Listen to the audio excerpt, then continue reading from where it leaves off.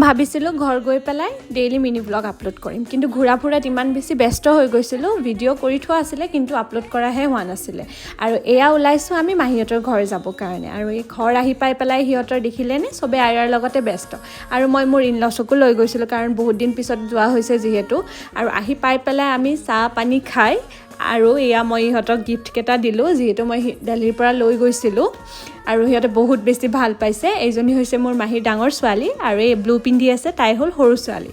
আৰু য়েল্ল'টো মোৰ মাহী, আৰু ইপিনে মোৰ মা। আৰু এয়া দেখিছেনে আইৰাক কি কৰি দিছে তাই, ইমানকেইটা ক্লিপ মাৰি দিছে চুলিত। আৰু ভাল, সিহঁতৰ লগত ইমান খেলি ভাল পাইছে তাই, কি ক'ম আৰু। আৰু ইপিনে আম্মাহঁতে লাগিছে ম'ম' বনোৱা। দেখিছেনে ম'মৰ অৱস্থা? আৰ্ট, আৰে আৰ্টিষ্ট।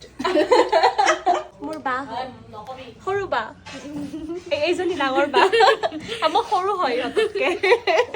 আৰু এনেকৈ হাঁহি ধেমালি কৰি আমি ঘৰলৈ আহিলোঁ।